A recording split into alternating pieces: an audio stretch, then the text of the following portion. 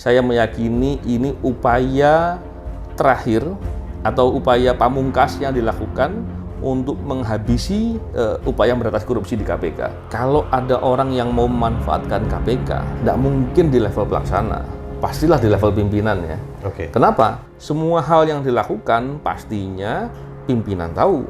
Upaya kami yang sungguh-sungguh untuk melakukan perlawanan dengan cara membuka hal-hal yang seharusnya bisa dilakukan penilaian atau pemeriksaan di Ombudsman, di Komnas HAM, dan upaya-upaya hukum lainnya, itu setidak-tidaknya kami lakukan dengan semaksimal mungkin yang kami bisa.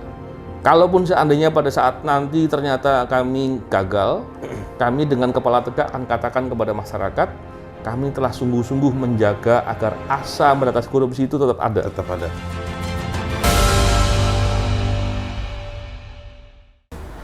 Halo orang-orang baik, kita ketemu lagi di kanal podcast untuk orang-orang terpinggirkan. Waktu itu saya undang tamu saya hari ini Novel Baswedan, Novel Ali Baswedan ya. Dulu pakai Ali kan namanya? Tapi nggak lagi lah. Udah nggak lagi. Nah tapi sebelum lanjut, saya ingin bantu teman-teman UMKM atau koperasi di Sumatera Barat yang dagang kopi. Ini teman-teman saya. Judulnya apa ini sebetulnya? Noka. Ini bosnya namanya Febri. Minta tolong bang bantu promo. Nah ini kita promo. Tamunya Novel Baswedan lagi, ya kan? Mahal nih sebetulnya kalau diiklanin. Mas Novel, kita ngebahas hari ini masih lanjutan soal 75 orang korban genosida nih ya. Wah iya luar biasa. Habis sudah. Genosida birokratik ya kan. Nah, setelah banyak nih ya dilawan upaya pemecatan ini, lalu diklarifikasi ini bukan dipecat, dipisah dari 75 itu ada 51 dan 24, yang 24 mau dibina, yang 51 dibinasakan barangkali, lalu lapor ke Komnas HAM ke banyak tempat, lewat teman-teman jurnalis juga dibantu untuk dibongkar ini semua. Ini sebenarnya ada skandal kan, Ini skandal. Kalau saya nih Mas, ini targetnya Mas Novel. Oh gitu ya. Kalau saya melihatnya ini. Sepertinya aku ikut-ikutan doang ya.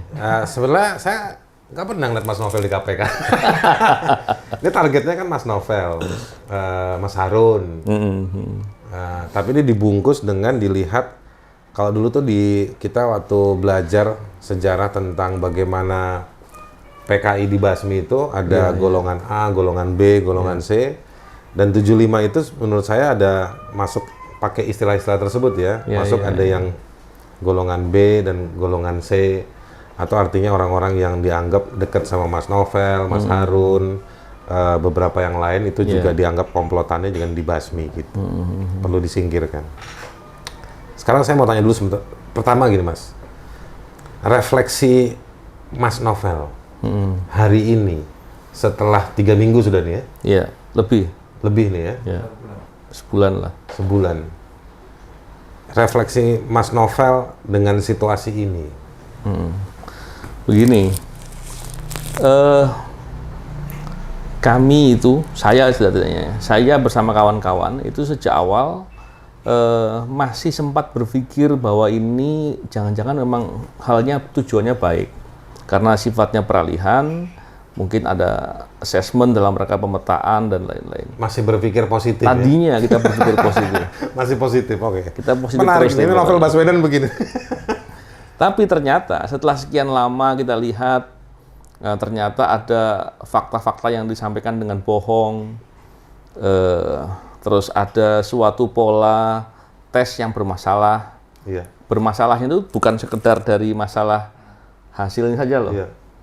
Aturan hukumnya, normanya bermasalah. Saya katakan normanya itu sengaja diselipkan, dipaksakan untuk kemudian bisa digunakan untuk memaksa pegawai KPK itu harus dites TWK. Proses tesnya bermasalah, mulai dari pertanyaannya, terus saya juga yakin asesornya tidak punya sertifikasi, metodenya bermasalah, ukuran standarnya untuk penilaian itu juga nggak jelas. Value apa yang mau dipotret juga nggak jelas. Sudah begitu, hasilnya dibikin persepsi atau saya khawatir itu sengaja dibuat stigma bahwa seolah-olah 75 atau setidaknya 51 itu adalah orang-orang yang bermasalah, radikal, tidak bisa dibina. Itu stigmanya parah sekali. Sudah begitu, kami hanya minta kalau memang benar mereka punya pola tes begitu, ayo kita lihat toh hasil tesnya. Oke. Kita lihat hasil tesnya. Sampai sekarang nggak diberikan. Kami pribadi-pribadi bersurat kepada pejabat pengelola informasi dan data di KPK, pejabat BPID, untuk memberikan hasil tes. Sampai sekarang nggak diberikan. Udah begitu, apapun alasannya, dalam beberapa penyampaian saya mendengar ada yang menyampaikan itu rahasia katanya. Sekarang kita berikan analogi. Kalau kita ke dokter, ke rumah sakit, kita sakit diperiksa. Hasil pemeriksaannya ada medical record. Itu ketika diminta oleh orang lain nggak boleh itu rahasia. Okay. Tapi kalau yang bersangkutan minta harus diberikan. Gitu. Yeah. Itu data yang sangat rahasia. Ini assessment. Assessment yang dalam terminologi biasa kita pahami sebagai pemetaan. Ada serangkaian potret yang dilakukan, ukurannya jelas, metodologinya jelas. Setelah selesai assessment, yang di-assess diberitahu. Biasanya begitu. Yeah. Setelah itu hasil tesnya dijadikan feedback. Yeah. Ini disembunyikan. Nah, terus bagaimana kita nggak melihat ini sebagai permasalahan? Ketika kita lihat lagi siapa saja yang dilihat sebagai orang yang bermasalah atau dianggap tidak lulus, ternyata orang-orang yang bekerja benar. Ya, setidaknya ada beberapa klaster lah. Ada klaster kawan-kawan di wadah pegawai. Ada klaster orang-orang yang menangani kasus serius, kasus besar, baik sebagai dalam kasus perkara penindakan, maupun orang-orang yang punya kontribusi besar dalam membuat perbaikan sistem di pencegahan dan lain-lain. Jadi ingat, ini bukan sekedar perkara penindakan saja, tapi orang-orang yang punya kontribusi memberantas korupsi di bidang-bidang yang lain, pencegahan dan lain-lain pun disasar gitu. Jadi kalau saya melihat sebagai refleksi ini semua, saya meyakini ini upaya terakhir atau upaya pamungkas yang dilakukan untuk menghabisi upaya memberantas korupsi di KPK. Dan itu bahaya. Kalau benar bisa terjadi, maka saya khawatir berikutnya orang akan takut untuk benar-benar memberantas korupsi dengan serius, untuk berani benar-benar menjaga integritas, untuk berani menolak perintah pimpinan atau atasan yang menyuruh sesuatu yang salah. Nah, kalau itu terjadi, terus bagaimana? Apakah kita mau mengharapkan ke depan anak-anak muda jadi takut untuk bela negara? Yeah. Ini yang berbahaya. Jadi bukan sekedar kepentingan kawan-kawan yang 75, termasuk saya ya, bukan sekedar kita khawatir ke depan bisa terjadi juga terhadap aparatur-aparatur lain yang punya idealisme, menjaga integritas, itu bisa disasar juga. Tapi ini upaya untuk benar-benar membuat upaya memberantas korupsi itu menjadi menakutkan. Nah, itu yang bahaya. Ini kalau sekali jebol, ini bakal jadi presiden di banyak tempat. Benar. Untuk memberangus orang-orang yang dianggap mengganggu maunya para pimpinan di tempat-tempat lain ya. Benar, saya khawatirnya begitu. Karena tentu kita paham upaya untuk melakukan suatu kebaikan untuk menjaga bisa dalam koridor kebenaran itu nggak mudah, resikonya banyak. Ketika orang benar-benar mau menjaga itu, justru kemudian malah diberikan sanksi, dia akan melihat di sisi yang sebelahnya orang-orang yang ikut arus untuk mengikuti yang nggak benar, bahkan mungkin dalam perspektif perkara anti korupsi ya, mungkin kompromi dengan koruptor, mendapat keuntungan, itu malah menjadi seperti menyenangkan. Tapi yang berbuat baik justru membahayakan. Nah, ini kan bahaya. Ini pendidikan yang buruk gitu, pendidikan yang buruk, dan nggak boleh dibiarkan. Dan bukan sepele, bukan sepele. Nah, sekarang balik ke soal KPK-nya, Mas Novel. Ini agendanya kan 75 disingkirkan, ini kan nggak berhenti di sini.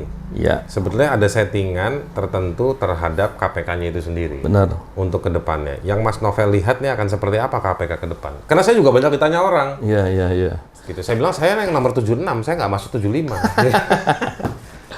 Mas Haris kalau TWK nggak lulus pasti kan? Nggak lulus saya. Gini, Saya khawatir terkait dengan masalah ini KPK-nya ke depan seperti apa. Karena begini ya, sekarang ini di KPK, saya tidak mendengar di KPK ya, setidak-tidaknya dari yang saya bisa lihat langsung, itu dulu di KPK ada mengerjakan pemberantasan korupsi, ada fokus area. Sekarang kan tidak. Ketika pola bekerja dengan seperti ini, tentunya akan sulit diukur ya. Tapi kalau seumpama ada fokus area A mengerjakan di situ akan terukur. Area B ada terukur. Baik tindakannya dalam konteks penindakan, pencegahan maupun monitoring. Itu kan biasanya bersamaan.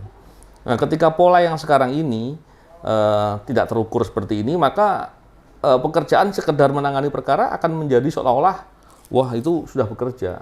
Sekarang masalahnya, resiko yang lain adalah ketika pola bekerja yang tidak dibuat dengan tatanan yang sedemikian rupa baik, maka potensinya adalah ketika ada orang yang mau memanfaatkan untuk kepentingan tertentu, taruhlah kepentingan politik gitu ya, untuk mengarahkan sesuatu kemana gitu, itu akan mudah bisa dilakukan. Nah, itu yang bahaya gitu. Jadi saya khawatir kalau kemudian KPK hanya dimanfaatkan untuk suatu tujuan tertentu, yang tujuannya tentunya tidak selaras dengan tujuan memberantas korupsi yang jujur, objektif, dan profesional itu. Nah, sekarang saya langsung aja. Ada yang bilang bahwa ini ada kaitannya dengan 2024. Ya, saya kalau bicara begitu, saya nggak ahli lah, nggak ahli soal itu. Dan tentunya segala kemungkinan itu bisa terjadi. Tapi untuk berspekulasi sampai ke sana, saya bukan analis politik yang punya keahlian itu. Tapi kalau dari sisi profesional sebagai seorang penyidik di KPK, tuduhan-tuduhan ini kan memang biasa muncul kan, Mas ya? Iya, iya. Menjelang 2019, tuduhan-tuduhan itu ada. Iya, iya. Yang mencoba untuk menggunakan juga ada. Iya.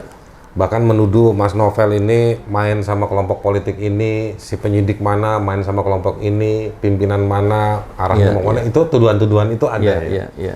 Akan tetapi barangkali Mas Novel bisa kasih penjelasan bagaimana cara kerja teman-teman di KPK selama ini. Begini, itu juga ditanyakan juga ketika saya diwawancara di tes TBK. Iya. Tadi yang saya katakan bahwa kalau ada orang yang mau memanfaatkan KPK, tidak mungkin di level pelaksana, pastilah di level pimpinan ya. Kenapa? Setiap proses di KPK itu ada tahapan-tahapannya, yang pertama. Yang kedua, harus dilengkapi dengan dokumen-dokumen formal, seperti surat perintah dan lain-lain, dan perizinan dan lain-lain. Jadi saya kira kalau orang di level pelaksana punya keinginan tertentu mengarahkan suatu perkara, nggak logis. Saya ketika ditanya juga di TWK, saya katakan, kalau ada isu bahwa dikatakan dalam pertanyaan itu, orang fungsional di KPK bekerja sendiri liar, punya suatu target tertentu, cobalah kalau ada isu begitu, tolong aja disimulasikan. Bagaimana caranya? Contohnya, maksudnya mau nangkap OTT gitu ya, nangkap di partai A gitu. Ketika mau melakukan itu, pertanyaannya, yang dalam rangka tindakan itu melibatkan siapa saja sih? Melibatkan Direktorat Penyidikan, Direktorat Penyelidikan, dan Direktorat Pengaduan Masyarakat contohnya. Atau direktorat lain lagi, ada direktorat yang terkait dengan supporting data. Jadi dan artinya lain-lain. Ini bukan kerja sendirian? Nggak mungkin kerja sendiri. Untuk menggerakkan beberapa direktorat, bagaimana caranya? Seorang direktur saja masih nggak mungkin bisa melakukan itu. Seorang deputi saja akan tambah masih ada kesulitannya karena ada kedeputian lain yang harus dilibatkan. Jadi kalau dibilang bahwa dari fungsional atau dari pelaksana yang melakukan itu, saya kira itu nggak masuk akal.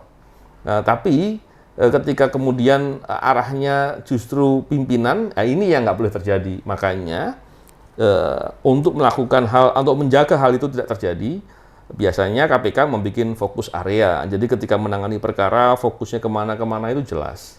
Arahnya seperti apa, baik pencegahan maupun penindakan, itu akan bisa berjalan bersamaan dengan arah yang bisa terukur dan baik. Oke, jadi memang ini tuduhan-tuduhan ini makin gencar, dan itu nggak cuma dari dalam ya Mas ya? Iya. Dari luar, apa kita sebutnya buzzer-buzzer ini tetap melihara terus ya?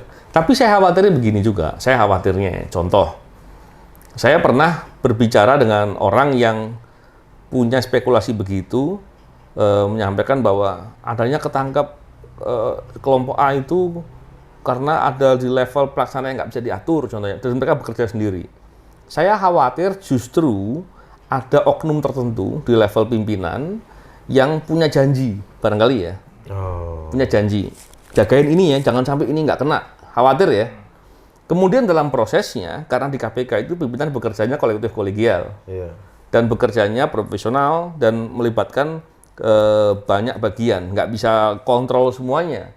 Ketika kemudian tertangkap, alasan paling mudah untuk ngomong ya tinggal bilang aja, wah itu ada bagian bawah yang nggak bisa terkontrol. Khawatirnya begitu juga isunya yang kemudian menjadi seolah-olah benar. Tapi kalau sebenarnya semua hal yang dilakukan pastinya pimpinan tahu. Seandainya ada satu hal yang kemudian barangkali seorang pimpinan punya interest dengan kelompok tertentu, memang dalam keadaan penanganan perkara, terutama OTT, itu ketika faktanya jelas, buktinya jelas, pimpinan juga nggak mungkin mau bicara apa, mau bicara, oh nggak bisa. Pola ngatakan nggak bisa itu pelanggaran etik. Dan itu bisa menjadi permasalahan buat yang bersangkutan. Jadi dia harus logik dengan apa temuan-temuan dan pembahasannya semua. Logik dengan bukti-bukti juga. Oke Mas, sekarang gini, ini udah 4 minggu.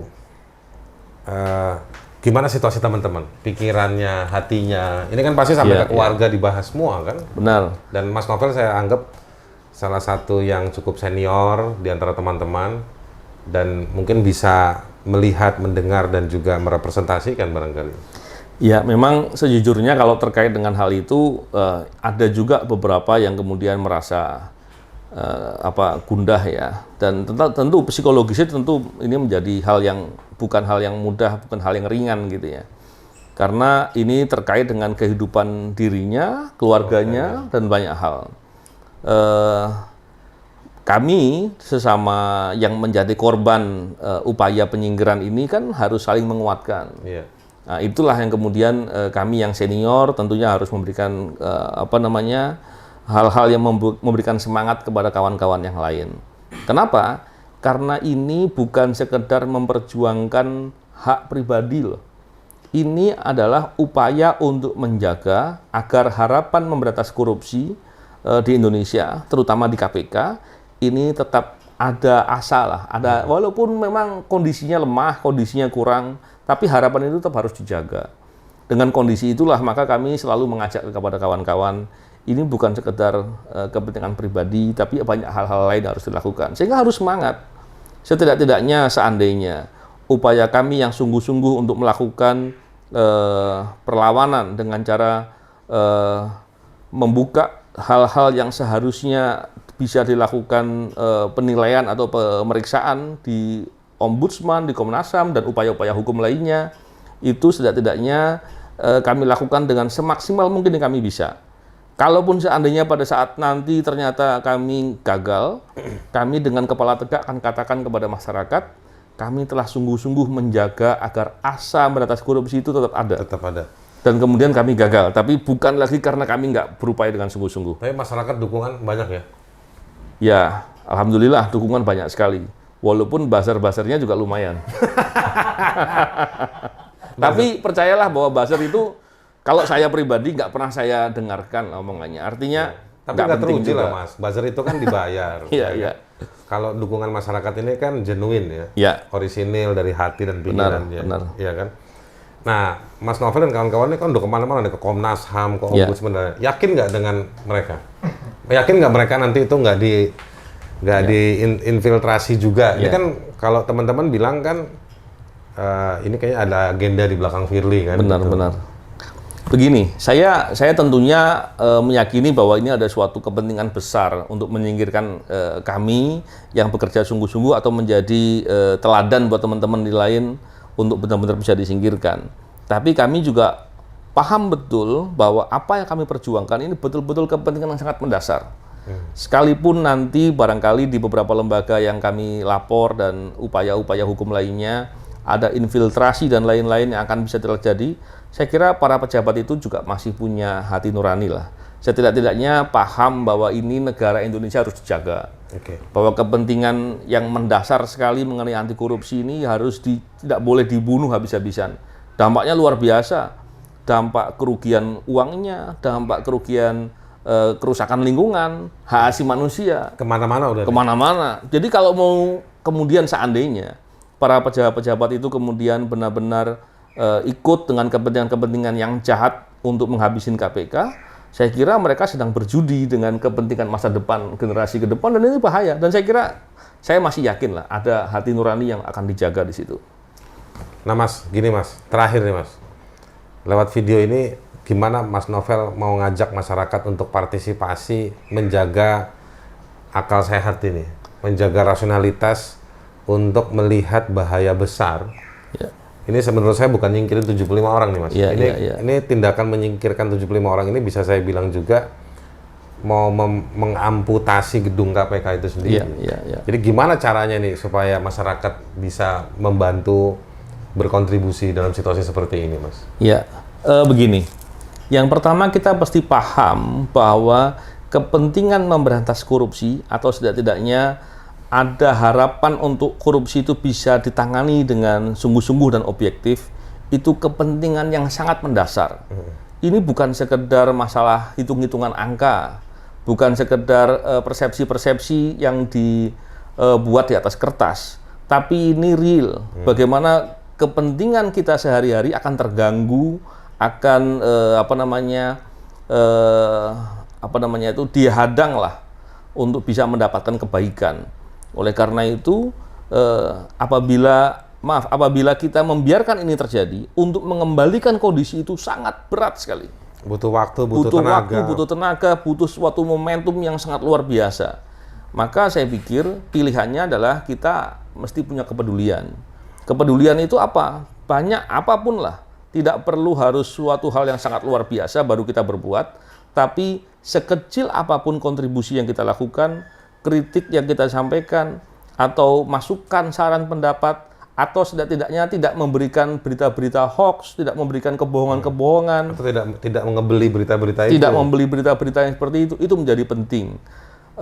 Selain itu juga, kadangkala ada juga orang yang berpikir begini, kalau seandainya kita terus berani memperjuangkan sesuatu, kita akan mendapat kesusahan barangkali.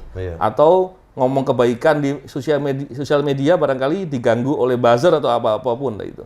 Tapi pahamlah kita bahwa ketika kita memperjuangkan yang baik, pastilah kita akan mendapatkan kebaikan juga di sisi yang berbeda. Jadi saya kira ini kepentingan, ini juga sekaligus membuat diri kita menjadi lebih baik ketika kita mau membicarakan kebenaran dan memberikan dukungan untuk kebaikan. Saya kira itu. Oke, makasih Mas Novel. Jadi orang-orang baik sekalian, perjuangan atau masalah penyingkiran 75 teman-teman kita yang ada di KPK ini mudah-mudahan tidak akan berakhir di sini dengan cara yang murahan atau gampangan, atau ngikutin gayanya Firly Bahuri yang kabur-kaburan ya. Diajak debat sama Giri nggak berani dia. Dipanggil Komnas HAM nggak hadir juga. Dipanggil Komnas HAM nggak hadir, tapi saya nggak ada info apakah dia pulang ke rumah atau tidak, ya kan? Nah tapi begini, apa yang Mas Novel sampaikan, mudah-mudahan nanti ada update-update nggak cuma di sini tapi juga lewat media yang lain, bahwa ini penting, ini bukan soal 75 orang dan keluarganya. Ini soal agenda hampir 270 juta warga di Indonesia. Bahkan situasi korupsi yang buruk di Indonesia itu akan memperburuk situasi dunia juga. Betul. Karena nanti mungkin yang Jokowi suka bilang, ayo investasi. Investor tuh nggak mau masuk ke Indonesia kalau ada korupsi. Benar. Perdagangan itu nggak bakal mau masuk ke Indonesia kalau ada korupsi. Ongkosnya terlalu mahal. Dan kalau ongkosnya mahal, jual barang di Indonesia kemahalan, sementara kitanya juga nggak membaik situasi ekonomi kita, daya beli rendah, maka bisnis juga jadi gagal. Jadi sebetulnya ini ada operasi yang besar dengan pikiran-pikiran yang pendek, Mas. Iya. Jadi operasi besar dengan pikiran pendek. Jadi kita semua penting untuk sama-sama bergandeng tangan, berpartisipasi untuk memberikan perhatian pada isu penyingkiran 75 karyawan KPK juga penting untuk dengan cara apapun Anda. Kalau Anda cuma bisa berdoa, ya berdoalah. Iya. Kalau Anda bisa berpartisipasi dalam sosial media untuk mengusir berita-berita bohong, mari gabung. Kalau Anda ingin berkontribusi jalan sama Mas Novel dan kawan-kawan ke Komnas HAM, melapor ke yang lain-lain, silakan datang, silakan gabung. Kalau Anda punya cara yang lain, silahkan juga. Nah, tetapi itu semua harus dengan satu keyakinan bahwa ini untuk tujuan bersama lebih luas, jangka panjang. Untuk itu, ini tidak akan berakhir di sini. Perjuangan ini pasti akan berlanjut terus. Kalaupun suatu hari akan kalah, paling tidak perjuangan ini akan membuktikan bahwa kemenangan mereka harus dibarengi dengan bukti-bukti kebodohan dari pelaksana operasi ini sendiri. Kita akan ketemu di Knalpot berikutnya, kanal podcast untuk orang-orang terpinggirkan. Terima kasih, Mas. Ya, sama-sama.